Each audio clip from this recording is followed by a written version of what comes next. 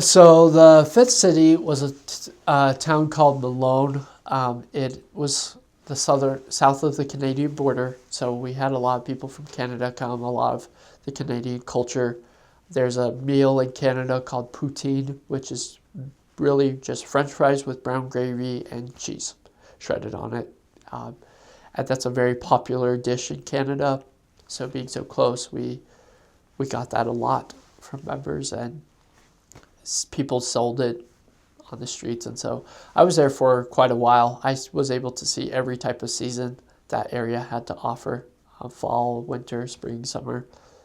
But it's this tiny town. It's called the Star of the North because it was just kind of like the center of all the northern cities back when it was first started. And a lot of people would go there and trying to get involved. An interesting thing about it, right when I got home back in like June of 2015, there was in the news nationwide of two people who I can't remember if they had stolen something or they escaped the prison nearby because there was a high security prison, and so they had escaped. And so this was on the news for about a week after I came home.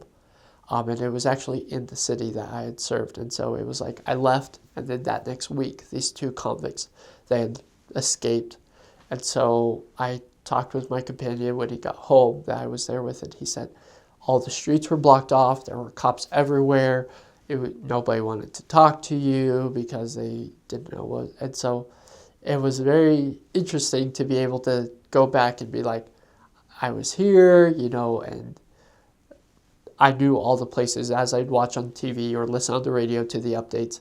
They'd say, oh, they were last spotted in Owl's Head, which is this tiny little town, probably, I want to say 1,000 people, maybe, but to be able to see that. So that was really cool. But Malone is nearby. That northern part of New York, there's a lot of different unique aspects. So like a city near there is called Lake Placid, and the Olympics were there twice. So it's a great tourist town. There's a lot of the Olympic museum. There's the ski jumps there, and so you can be able to see a lot of cool stuff that way. And so a lot of people claim that as a bit of fame, but I remember that it gets very cold up in the north.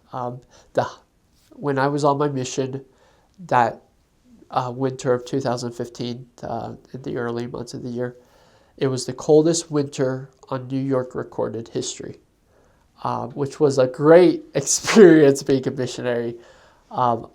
The high for February was -20, which is cold. That is very cold. Think about now, it's 30 degrees outside, and to think that the high for February was 50 degrees colder, that's the highest I've ever got. And to think, wow, that was my life. And so it was a pretty neat experience, but it was also very cold.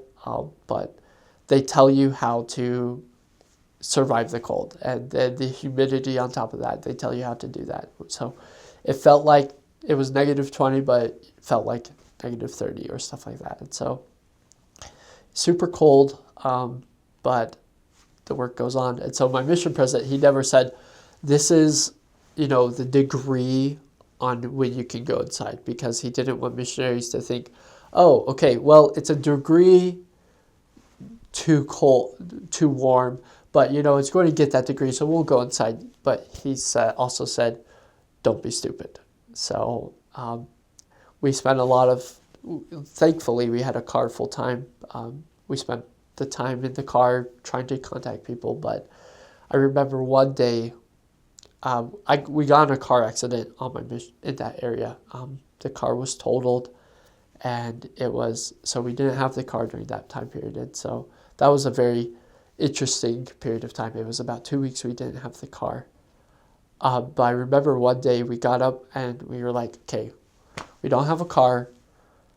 The people have all canceled because it was like the first heavy snowfall. Like we probably had, I want to say 2, maybe 3 feet of snow drop all within one morning, like a lot of snow.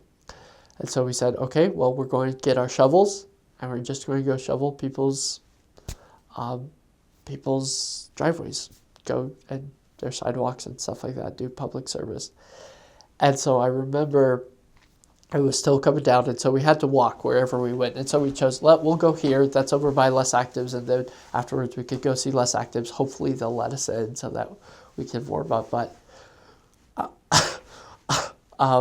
we were going shoveling, and I remember looking at my companion when we went to go see Less Active. We were standing on the porch, and his eyebrows and eyelashes just had icicles on them, just from the snow coming at us. And his hair looked like Jack Frost, and because he didn't have a hat, I was training him at that point, and so we bought a hat the next P-Day very quickly. But it was just, we couldn't do anything else, and so, but it taught me a lot about service, and literally, like, we were giving our life for service. Like, it was freezing outside, but we got a lot of people to talk to us, and the image of the missionaries started to change because of that. People saw us, being ridiculous outside. That city, the main city of Malone, probably had about 3,000 people, and so, everybody saw us and knew of us and stuff like that. So that was really cool to be able to do that. We also had a night. Meet the Mormons had just come out on my mission, and so we bought it and we showed it at the church building, and so that was also a cool experience. Not a lot of people came, but we were able to talk to people. They said, because we had the radio announce it, and so people would tell us, we heard that announcement, that's cool, probably not going to go, but, tell us a little bit more about it. So there's a lot you can do in missionary work, so those are some cool experiences.